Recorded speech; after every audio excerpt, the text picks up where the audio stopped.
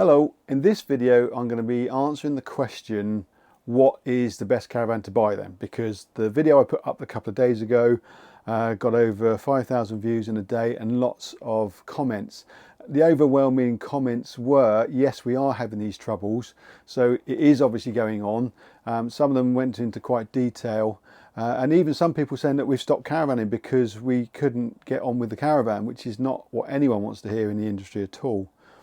I did want to put it in context as well, because the amount of people that were saying they have had issues, I didn't really get anyone saying that we haven't had issues. So I don't really know what the context of this is. Are we seeing 1 in 5, 1 in 10? Is it everyone is having a problem?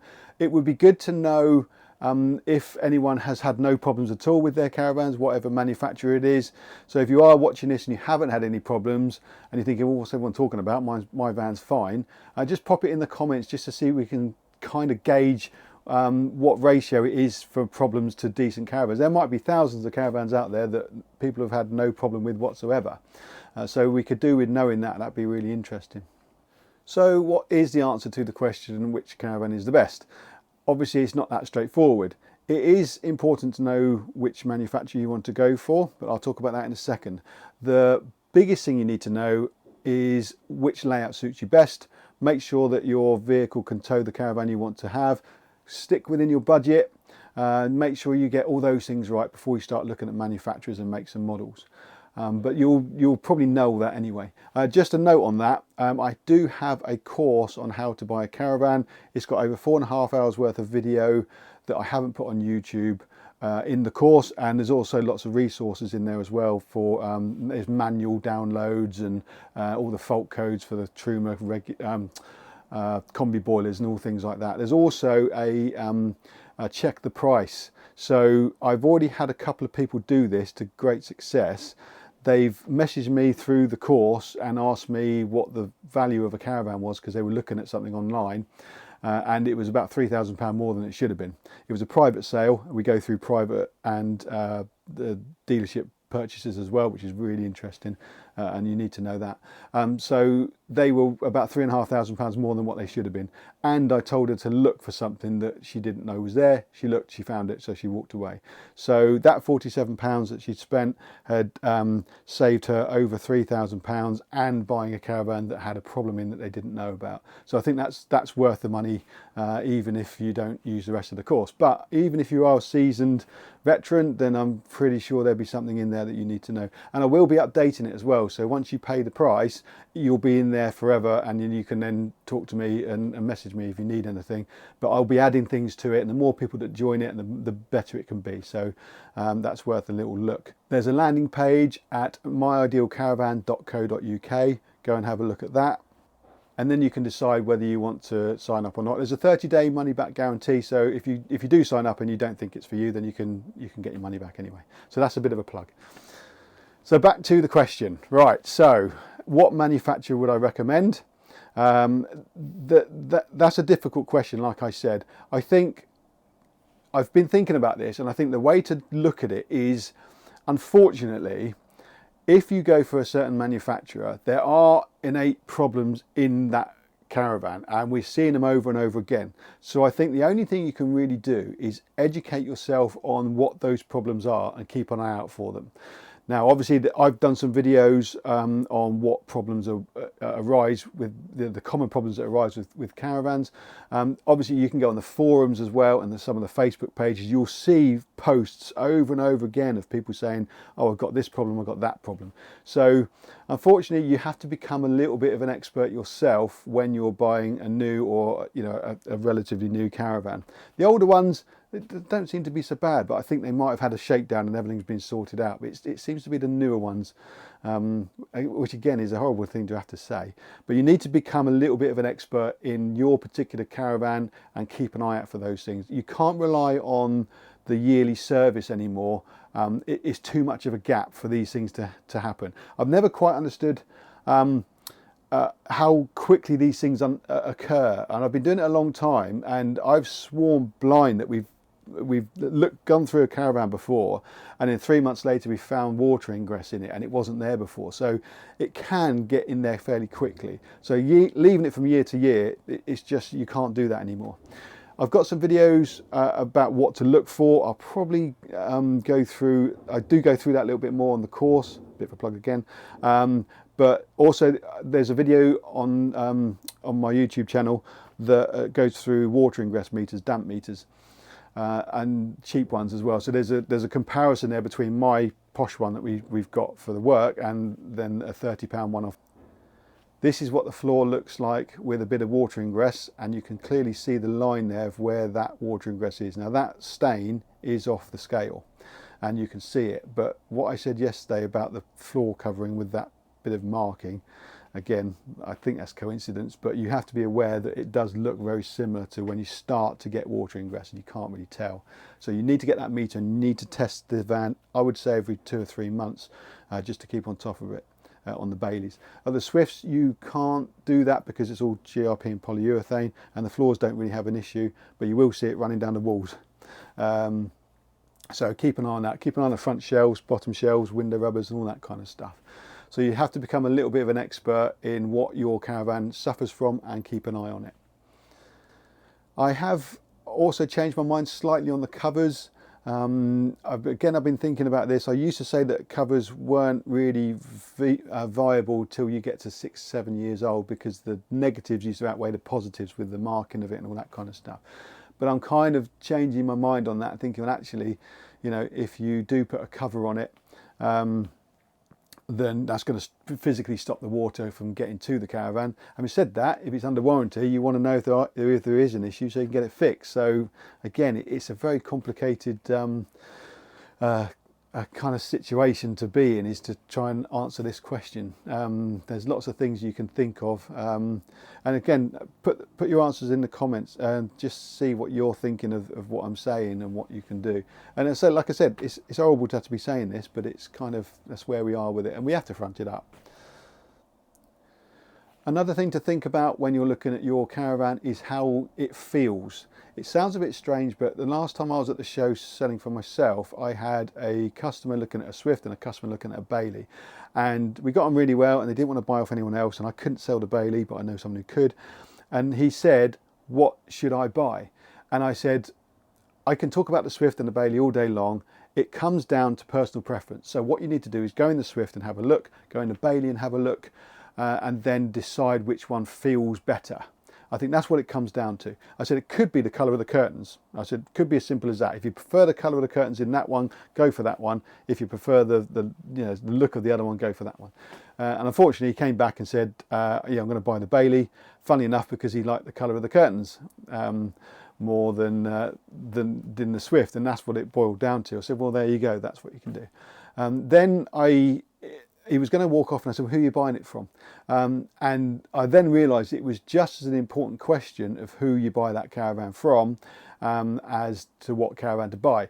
So there's a few people on the stand that I know that I really recommended, so I recommended him someone.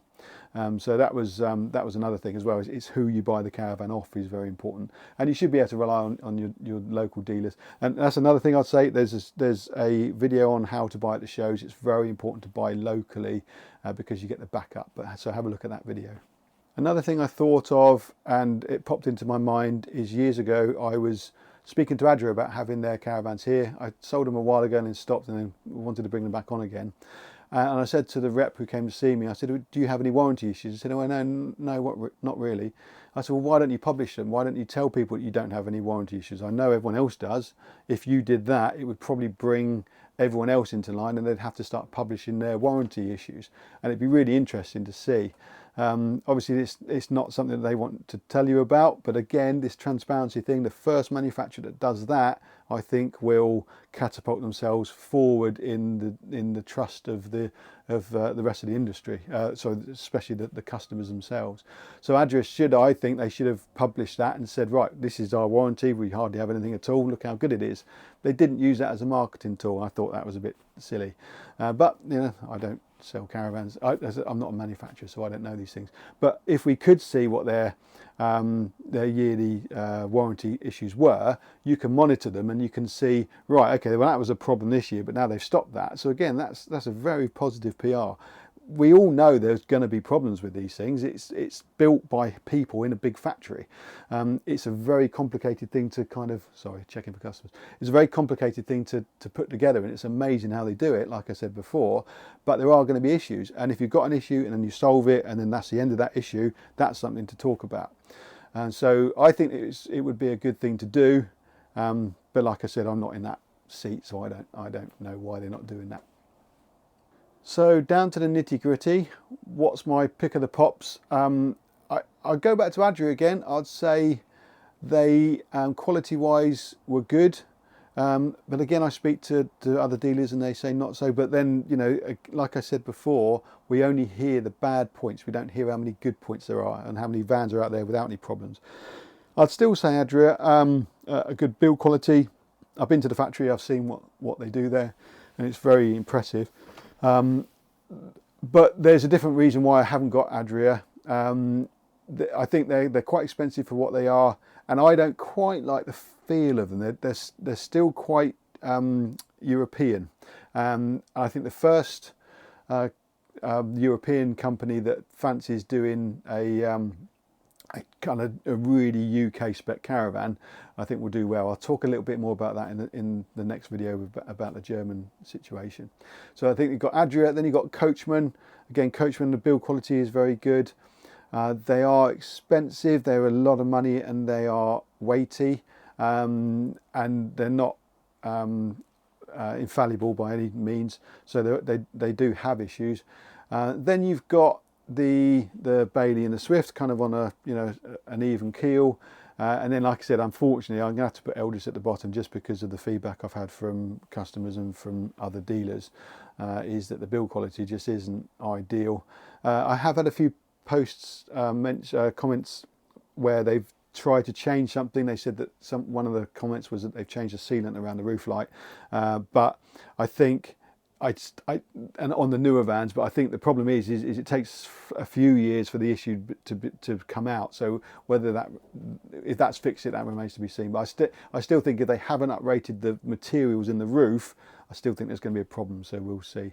But like I said, Eldis have got the perfect opportunity. They're owned by a European company with fantastic caravans that they build. If they could just match the two together, I think they'd have it away. But you know, that's up to them. So that's my kind of rundown. At the moment, and probably people would say, oh no, I don't agree with that, and this is my view, but then that's my point at the moment, which I will change if I see any other kind of evidence coming through. So Adria, Coachman, Swift and Bailey, and then Eldis. But like I said, you could probably have hundreds of caravans out there with no problems at all, and it'll be interesting to know if they are out there and what we are seeing. Are there loads of caravans out there with no problems, or is it every caravan? We'll see. So I didn't want to scare everyone away from caravans by saying how bad these things are. That's the last thing I want to do. I just want to start talking about it. Please don't think that I'm trying to put people off caravans, because that's what I do for a living. I don't want to do that. And I have had some people in the comments say, oh, I was going to buy one, but I'm not going to anymore. That's definitely what I didn't want to happen.